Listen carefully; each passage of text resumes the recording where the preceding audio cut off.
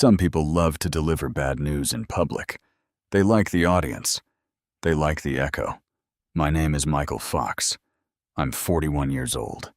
I'm a forensic accountant based in Columbus, Ohio, which means I spend my days finding the numbers people try to hide. It's slow, quiet, methodical work. It requires patience. It requires the ability to sit with a truth for a long time before you do anything with it. That skill, as it turns out, has uses outside the office. On a Monday morning in mid-March 2025, I was sitting in a waiting area on the second floor of Ohio Health Riverside Methodist Hospital on Lentangi River Road, waiting for a follow-up appointment with my cardiologist.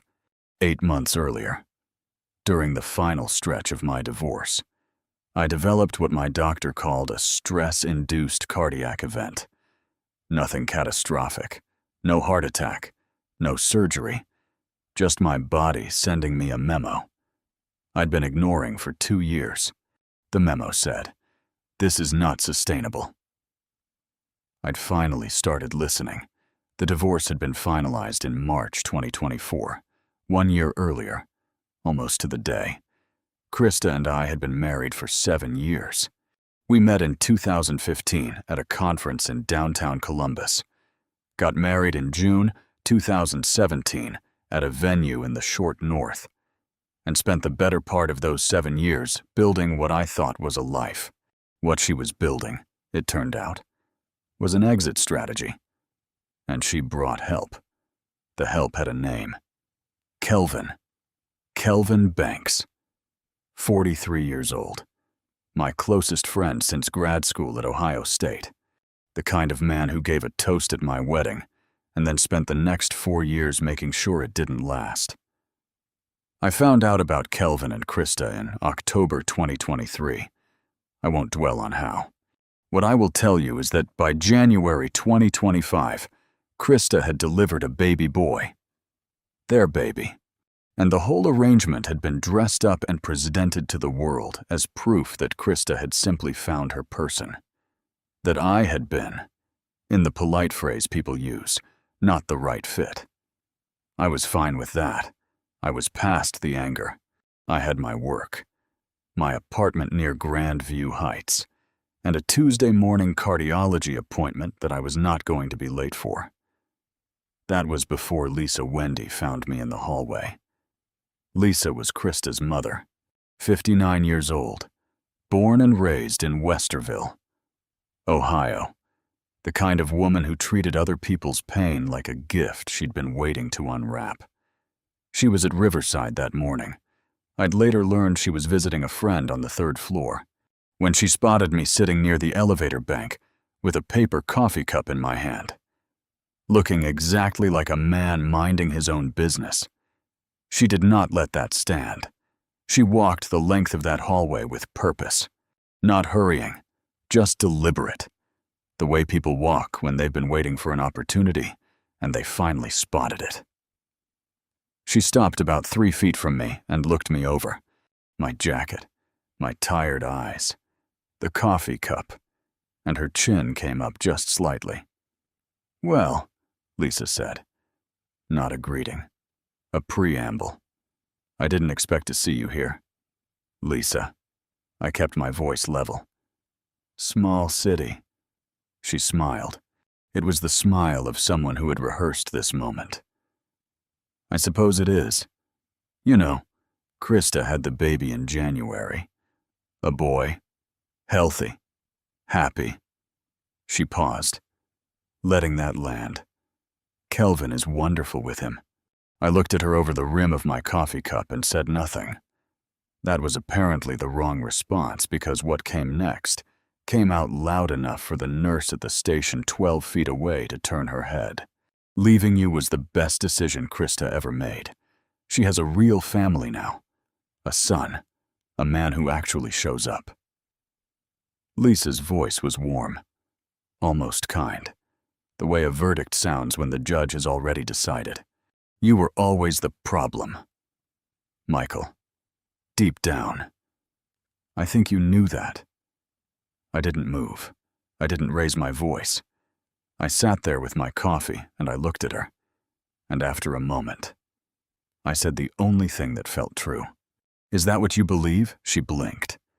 She'd expected something. Tears, defense, a flinch, something she could use. She got stillness instead. And stillness throws people like Lisa completely off balance. "I do," she said, recovering. "I absolutely do." I nodded slowly. "Okay." "Lisa."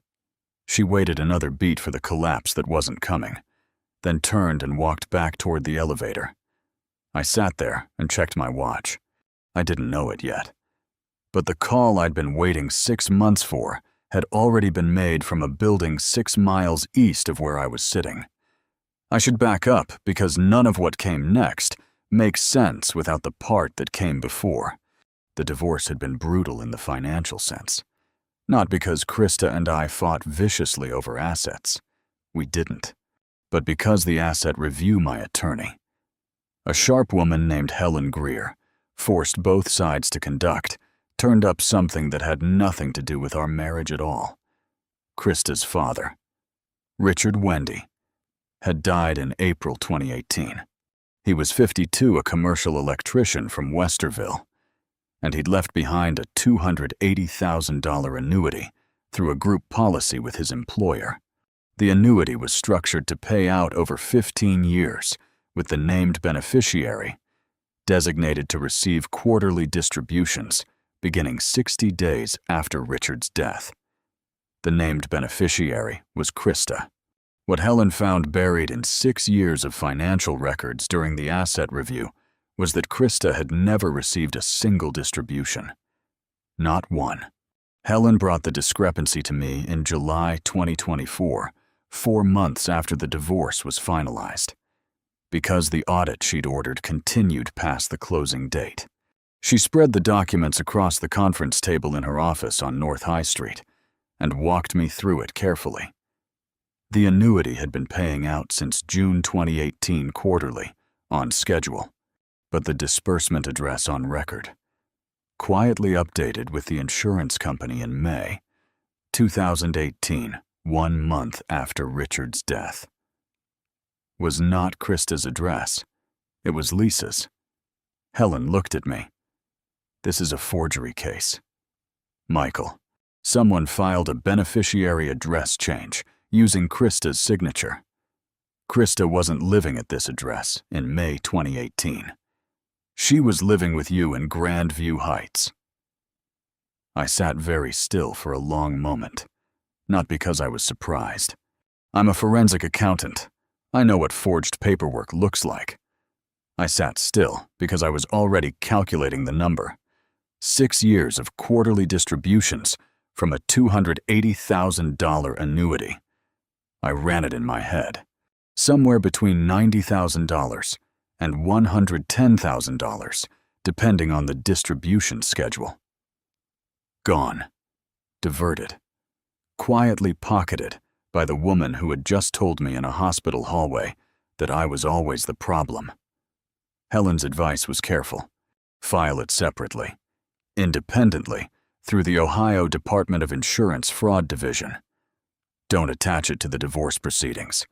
A vindictive ex-husband's filing could be dismissed or delayed. File it clean, file it cold, and let the investigators do their work. I took her advice. I filed in September 2024. By March 2025, the case had been open for 6 months. I hadn't said a word to Krista. I hadn't said a word to anyone. Now, sitting in that hospital waiting room with Lisa's voice still hanging in the air, I took a slow breath and sat down my coffee. 5 minutes. I looked at the clock on the wall. My appointment was in 5 minutes. Welcome back to Sweet Family Revenge. Grab your snacks. Get comfortable. And remember, the people in these stories had every chance to behave themselves. They just chose wrong. Drop a comment and be sure to subscribe. You're going to love it here. The thing about forensic accounting is that it teaches you to love the waiting. The evidence doesn't move. The numbers don't change. You just have to stay patient while the world catches up to what you already know. My appointment with Dr. Farrow lasted about 25 minutes. Blood pressure was down to 118/76, the best reading in 2 years. Stress markers improved. He scribbled something on his notepad and looked up with the quiet satisfaction that doctors reserve for patients who finally stopped ignoring their own bodies. "Whatever you changed, doctor," Farrow said, clicking his pen. "Keep doing it."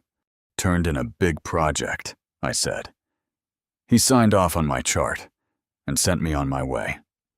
I shook his hand, collected my paperwork from the front desk, and walked back down the second-floor corridor toward the elevator bank. The maternity ward was one hallway over. I could hear a television somewhere behind a closed door and a low murmur of a nursing handoff at the station to my left. Normal hospital Monday. Nothing remarkable. Lisa was gone. I confirmed that before I pressed the call button. I pressed it anyway. Checked my phone. Nothing urgent. I had a client file waiting on my desk on East Broad Street, and a 1:30 call I didn't particularly want to reschedule. I was already planning the rest of my morning. That was when I heard footsteps behind me, not Lisa's measured, deliberate pace, but something quicker. Purposeful heels on linoleum. I turned. A woman in a dark navy blazer was moving toward me with intent. Badge clipped to her lanyard, a file folder tucked under one arm, and a leather-bound notepad in her other hand. She was around 40, composed with the particular kind of calm that comes from spending years delivering news that changes people's lives. Not cruelty, not pleasure, just the occupational steadiness of someone doing a job that requires it. "Mr. Fox." "Yes." She extended her hand. "Dana Marsh, Ohio Department of Insurance Fraud Division. I tried your office this morning. Your assistant mentioned you had a medical appointment here. I hope you don't mind me coming to you." I shook her hand. "I don't mind." "Good." She opened the folder without ceremony. "We've been working your September filing for the past 6 months. I wanted to update you personally since you filed through proper channels and followed every instruction to the letter." She looked up. "We've completed the full audit. Disbursement records. Signature analysis on the beneficiary address. Change form filed in May 2018, and direct comparison against notarized samples of Christine Banks's signature from the same period." She paused. "It's a forgery. The address change form was not signed by your ex-wife." I exhaled slowly. "What happens now?" "We're moving to formal charges this week. Lisa Wendy will be formally notified Thursday morning." She closed the folder. "You won't need to appear unless the case goes to trial. We have everything we need." I held her gaze for a moment. Does Krista know Dana Marsh's expression shifted? Not to pity exactly, but to something measured. Our investigators spoke with Christine Banks yesterday afternoon. She cooperated fully. She let a half-beat pass. She was not aware of the diversion. I hadn't expected that to land the way it did. Not relief. Not exactly. Something older and quieter, like a door closing softly in a house you'd already left. Somewhere in the back of everything I'd been carrying for 2 years. I'd kept a small, stubborn hope that Krista hadn't known. It didn't repair anything. It didn't change the marriage, or the betrayal, or the 7 years that had ended the way they ended. But it meant the woman I'd once loved had not been standing in the room when her mother quietly stole her dead father's money and spent it across 6 years of ordinary Mondays. That mattered. I couldn't have explained exactly why, it just did. "Thank you for coming in person," I said. "You filed it correctly." Dana tucked the folder back under her arm. "No personal motive attached. No conflict with your divorce proceedings. No complicating factors. Clean filing. Clean case." She nodded once. "We appreciate that, more than you might know. We'll be in touch with next steps." She turned and walked back down the corridor. past the nurse's station, past the hallway that led toward the maternity ward, and disappeared around the far corner. I turned back to the elevator and pressed the button a second time. I didn't know it yet, but Lisa Wendy was still in the building. The doors opened on an empty car. I was about to step in when I heard the elevator on my left. The second bank around the corner open with a soft chime. Footsteps. The particular rhythm of low heels on tile. Lisa came around the corner with her coat over one arm and her phone in her other hand, the expression of a woman recalculating her next errand. She nearly walked straight into me. She stopped. Her eyes adjusted. Michael. A flicker. Irritation. Surprise. Something she hadn't budgeted for. Still here, just leaving. I stepped slightly to the side to give her room. Have a good afternoon. Lisa. She started to move past me, and then she didn't, because Dana Marsh was still faintly visible at the far end of the corridor. Just visible. A figure in a dark blazer rounding the corner 60 feet away. Lisa didn't know who she was, but she had seen her walk directly toward me. She had seen the badge. She had seen me stand there with my hands easy at my sides while the woman spoke at length and showed me an open folder. Lisa turned back slowly. Who was that? I looked at her for a long moment. The elevator doors were still open behind me. Someone from the state insurance office, I said. She had an update on a case I filed in September. The cold math started moving behind Lisa's eyes. I watched it happen. The slight stillness that comes when a person is running a calculation they don't want to finish. Her mouth opened and then closed without producing a word, which was unusual for a woman who had never had trouble finding them. What kind of case? Her voice was different now. Quieter. Careful. The kind with your name on a form it shouldn't be on. I stepped back into the elevator. You should probably speak with an attorney. Lisa. Today, if you can manage it. The doors closed. I rode down to the lobby alone, watched the floor numbers fall. 2. Then 1. Then G. The lobby opened out into the pale March light coming through the main entrance. I walked through it and out into the parking structure on the north side of the building. I didn't feel victorious. I want to be clear about that, because people always expect the triumphant version of this moment, and it wasn't that it was tired. It was the specific exhaustion that follows a very long period of discipline, of carrying something heavy and fragile, and not dropping it not once for 6 months, while life moved around you as though you weren't quietly holding a live case file in your hands. The truth had gotten there. I'd just been the one to write down the right address. I sat in my car in the parking structure for about 4 minutes. The sun was cutting through the open levels of the structure at a low angle and hitting the windshield at the exact wrong degree. I turned the key, adjusted the visor, and sat there watching the light change. My phone buzzed. Helen Greer. Heard from Dana Marsh's office. They're filing Wednesday. You doing okay? I typed back. Yes, thank you for everything you did. 3 dots appeared. Then you did the work. Michael. I just followed the numbers. So did I thought, and pulled out of the parking space. Wednesday came and went the way Wednesdays do when you've already made your peace with the outcome. Lisa Wendy was formally charged on March 20th, 2025, with insurance fraud and forgery under Ohio Revised Code.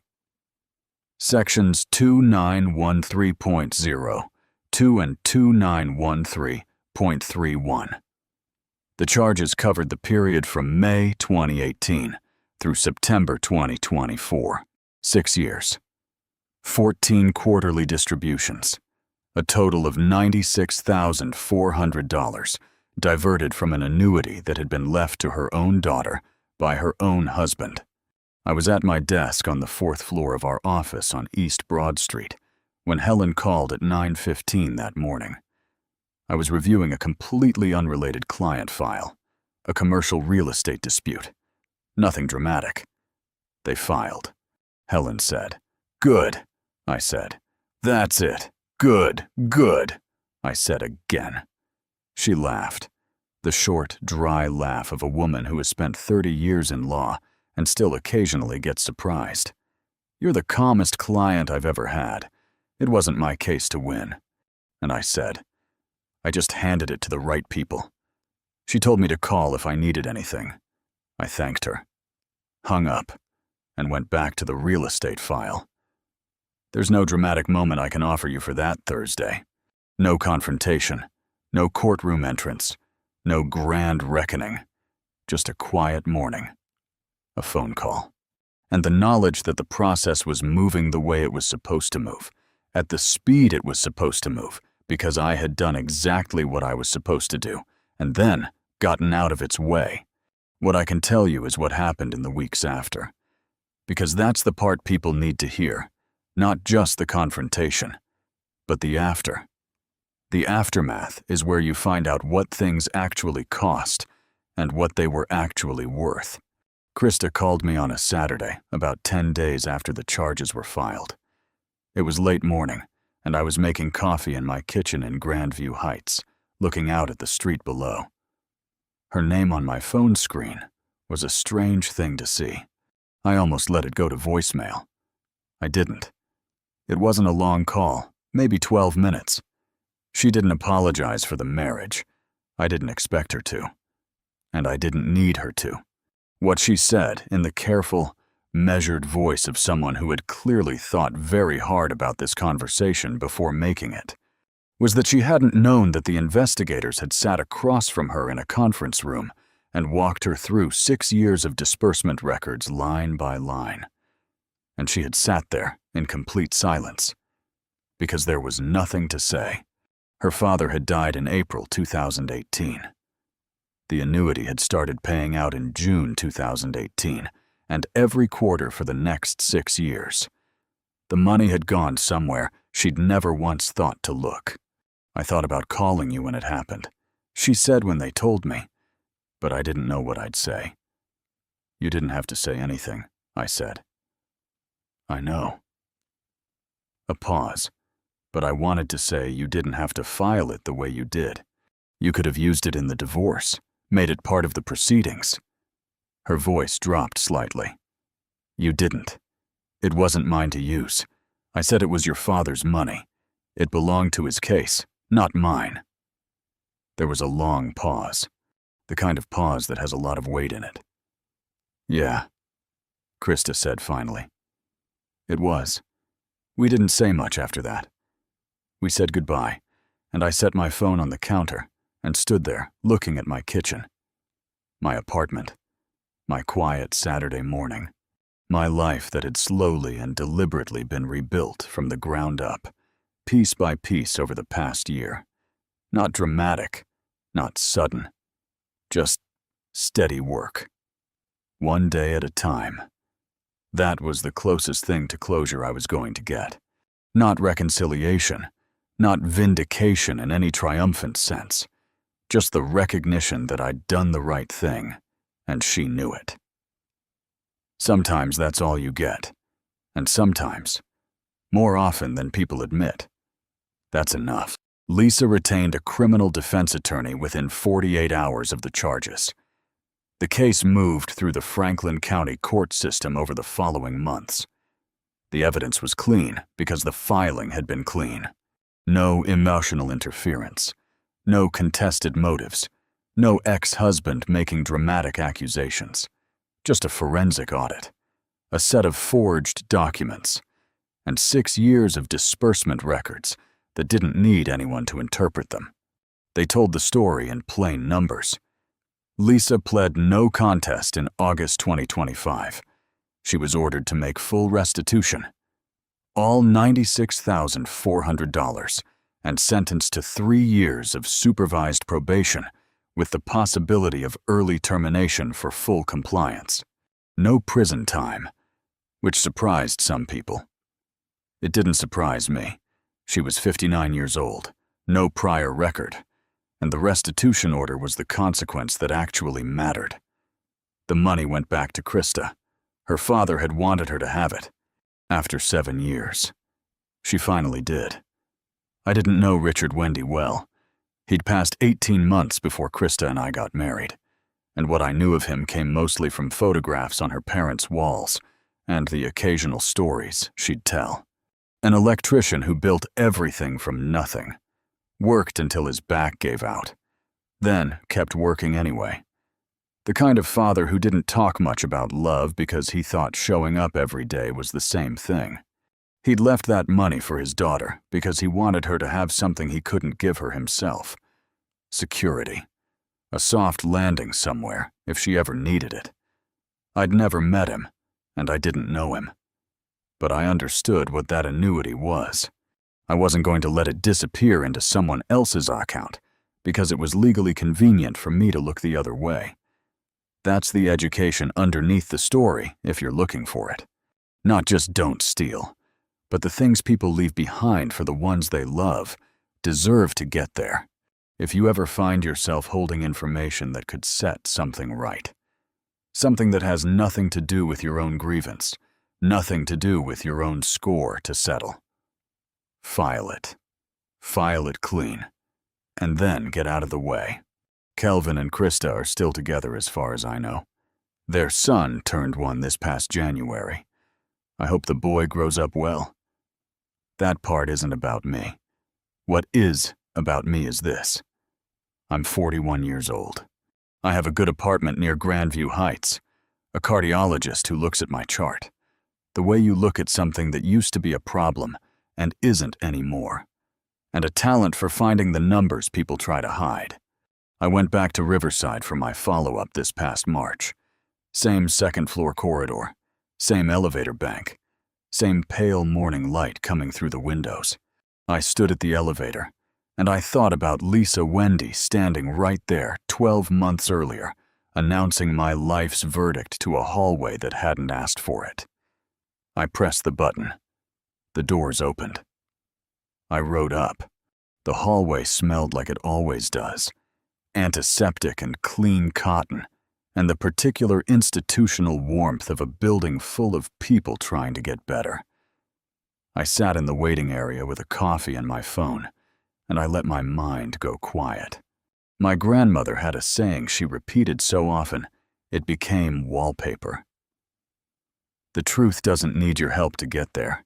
It just needs you to stay out of its way. I stayed out of its way. It got there. That's the whole story. If you take one thing from what Michael shared, let it be this. Patience isn't the same as doing nothing.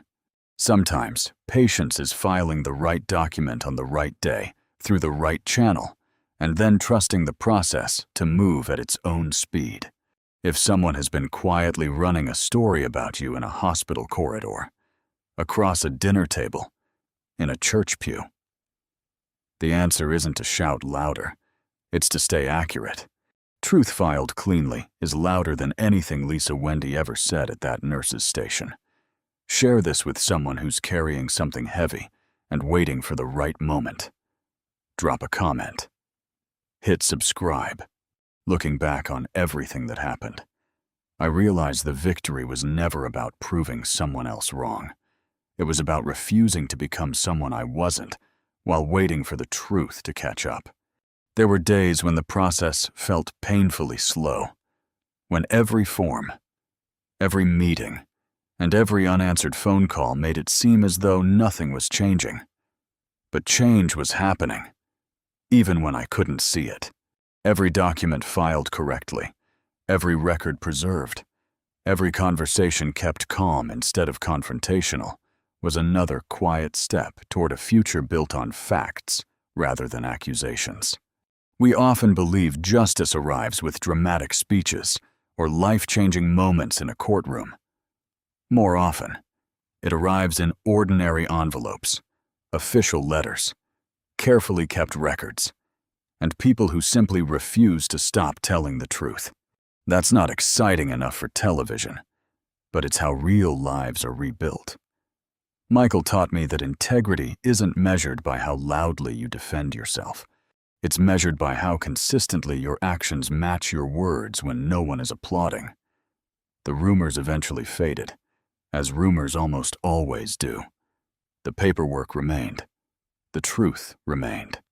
And the people who mattered most eventually recognized the difference between noise and evidence. That recognition wasn't immediate, but it was lasting. Looking back now, I don't remember every false accusation that was whispered in hallways or repeated over coffee tables. I remember the people who quietly stood beside me without demanding proof of my character because they had already seen it over the years. Reputation may be built through what people say about you, but character is built through what you continue doing long after people stop talking. There is a certain peace that comes from knowing you handled difficult circumstances with dignity, even if the outcome had taken longer. I would still be grateful that I chose patience over panic and honesty over retaliation. Those choices allowed me to move forward without carrying bitterness into the next chapter of my life. If someone listening to this story is waiting for the truth to surface, I hope you remember this. Don't confuse silence with defeat. Don't mistake delay for failure. Some of the strongest foundations are built so carefully that they appear invisible until the day they're finally needed. Keep your records. Keep your integrity. Keep your peace. Let your consistency become your strongest witness. In the end, the loudest voice isn't the one that wins the argument. It's the one that never has to change its story because it has been telling the truth from the very beginning. And when all is said and done, that quiet kind of truth has a way of outlasting every rumor, every accusation, and every person who ever believed that deception could stand forever against the simple weight of facts.